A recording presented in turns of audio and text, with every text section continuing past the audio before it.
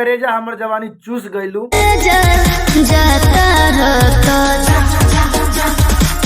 नमस्कार, सुप्रभात, जय बिहार, जय भोजपुरी, बिहार हर महादेव। ये गाना यही लाइन है भैया, गाना का मेन लाइन भैया को सुनाते हैं, दिखाते हैं गाना के अंदर भैया क्या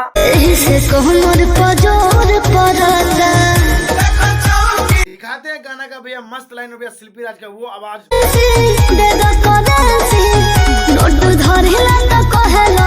करेजा 2 भैया आ चुका है भैया, गाना भैया काफी मस्त और भैया 3 घंटे अंदर भैया गाना भैया मिलियन भैया क्रॉस कर चुका है भैया। गाना का काफी जबरदस्त लाइन है भैया।